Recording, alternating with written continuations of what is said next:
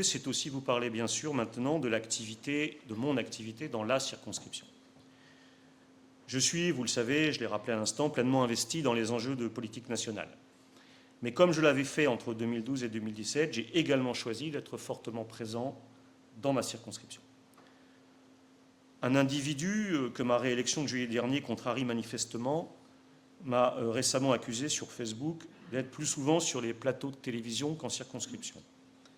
Alors, bien que je sache que les contradicteurs de réseaux sociaux ne s'intéressent guère à la vérité, je la rétablis quand même. Je passe tout au plus, et en fonction de l'actualité, quelques minutes par semaine sur des plateaux de télévision, et je passe en revanche des dizaines d'heures, du jeudi au dimanche, dans les 78 communes de ma circonscription. Et cette connexion avec le terrain, cette présence sur le terrain, est d'ailleurs, je vous le dis ce soir, ce que j'ai eu, dans le fond, le plus de plaisir personnel à retrouver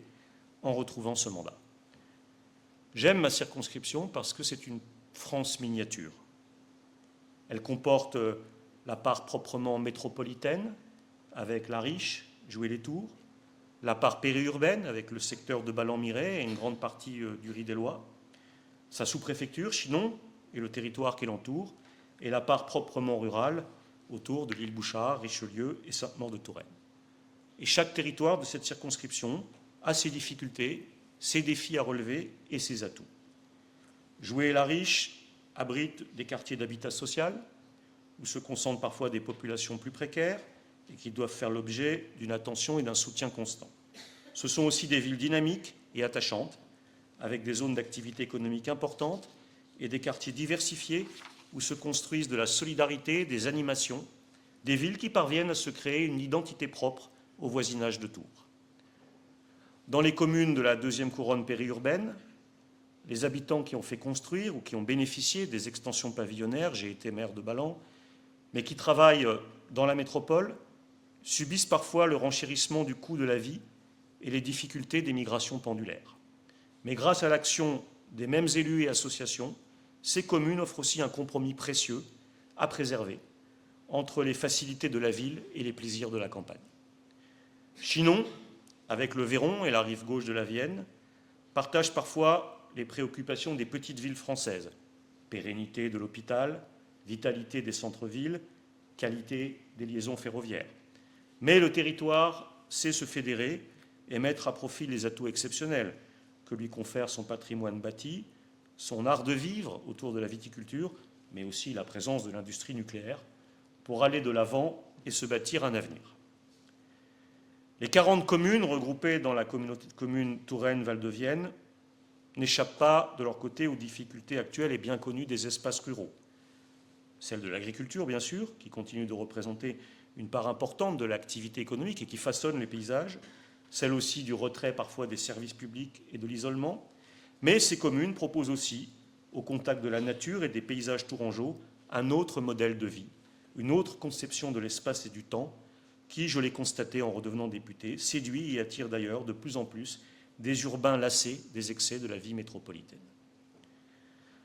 Alors, la première vertu de cette présence régulière sur le terrain, à laquelle je m'astreins avec plaisir dans l'ensemble de ces territoires, est de mieux sentir les attentes et les besoins de mes mandants dans cette diversité.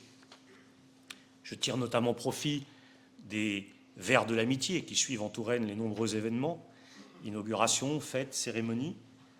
nombreux événements que le dynamisme municipal et associatif de ces territoires met à mon agenda pour échanger le plus possible avec les habitantes et les habitants qui le souhaitent, leur expliquer ma lecture des événements en cours et recueillir la leur. Je tire profit aussi de mes rencontres avec les maires, responsables associatifs, chefs d'entreprise, producteurs, pour identifier les évolutions souhaitables de la réglementation ou de la fiscalité. Comme tous mes collègues députés, par exemple, j'ai découvert dans ma tournée des maires les difficultés d'application concrète de la loi ZAN, ou dans mes réunions avec les agriculteurs ou les viticulteurs, les lacunes dans l'application des lois agricoles. Au centre social de l'Arabière, pour prendre un autre exemple, à Joué-les-Tours, j'ai été récemment sensibilisé aux discriminations que subissent des étudiantes et étudiants originaires de ce quartier pour obtenir les stages nécessaires à la validation de leur cursus scolaire. J'essaye aussi de mettre en cohérence ma parole et mes actes. J'ai plaisir à couper des rubans le week-end, comme nous l'avons fait par exemple en inaugurant le gymnase de Richelieu, la cantine scolaire de Beaumont-en-Véron ou la nouvelle place Mirabeau à Chinon. J'ai plaisir à apporter mon soutien au personnel de l'hôpital de Chinon. Mais je suis d'autant plus à l'aise de le faire que, revenu à Paris, je ne vote pas la baisse des moyens aux collectivités locales et je ne vote pas la stagnation de l'Ondam. Je ne dispose plus, comme dans mon mandat précédent, de cette réserve parlementaire de 130 000 € qui m'avait permis, par exemple, d'aider au démarrage du caddie fermier de Chaveigne, je salue le maire, ou de la maison de la Poire Tapée de Rivarennes, je salue également la maire, deux belles structures qui ont prospéré. En 2017, le président Macron et sa majorité de l'époque, emportés sans doute par leur ivresse d'inventer un nouveau monde, ont cru avisés de supprimer ce vieil outil de l'ancien monde qui permettait pourtant aux députés d'apporter une aide concrète et rapide aux projets les plus pertinents de leur circonscription. Donc je n'ai plus la réserve parlementaire, mais je peux offrir mon appui aux élus et aux citoyens de ma circonscription dans leur demande de subvention ou de maintien de leurs services publics. J'ai notamment décidé de m'impliquer dans la défense des écoles primaires des communes de ma circonscription. Je pense plus spécifiquement là au regroupement pédagogique des secteurs périurbains et ruraux confrontés au recul objectif des naissances et des effectifs, mais qui ne peuvent perdre des classes sans porter préjudice à la qualité de l'enseignement et de l'attention dispensée aux enfants. J'ai mené au cours de ce mois de janvier, entre les cérémonies de vœux, des réunions préparatoires avec les élus, les enseignants et les parents concernés, et j'ai obtenu ce matin même du directeur académique l'assurance que je pourrai accompagner les RPI concernés par des menaces de fermeture dans les réunions qui vont se tenir à Tours à partir de la semaine prochaine et jusqu'à la fin février. Je peux aussi offrir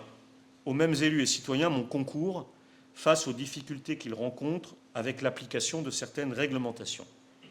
Je l'ai déjà dit, je suis un homme de gauche, je défends très volontiers le bien fondé des règles générales établies par le législateur, souvent à la demande de la société elle-même, pour garantir l'égalité, la protection des travailleurs ou de l'environnement, la qualité et la sécurité des personnes et des infrastructures. Je suis néanmoins défavorable à une application bureaucratique des règles, qui ne prend pas en compte les situations concrètes et les besoins humains qui se cachent derrière chaque dossier. Lorsque des villages de ma circonscription, qui ne parviennent pas, par exemple, à retrouver des repreneurs fiables pour leur épicerie, cherchent des solutions de repli dans des supérettes mobiles, et qu'on oppose ici en Indre-et-Loire des règles d'urbanisme ou de prévention des inondations très strictement interprétées, on porte, de mon point de vue, et sans fondement réel, atteinte à l'attractivité de ces villages et à la qualité de vie quotidienne de ses habitants, et on accroît concrètement le découragement et le sentiment d'impuissance des élus municipaux. Je suis également irrité par le fonctionnement en silo de l'administration territoriale d'État,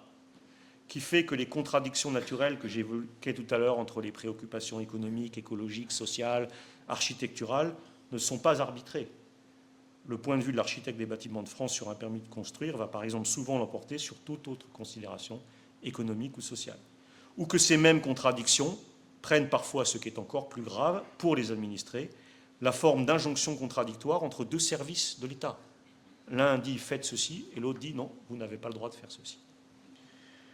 Dans toutes ces situations, plus fréquentes qu'on ne le croit et très décourageantes, et qui sont le quotidien des élus locaux et des porteurs de projets, mon rôle en tant que député est d'aller voir le préfet, d'aller voir la sous-préfète,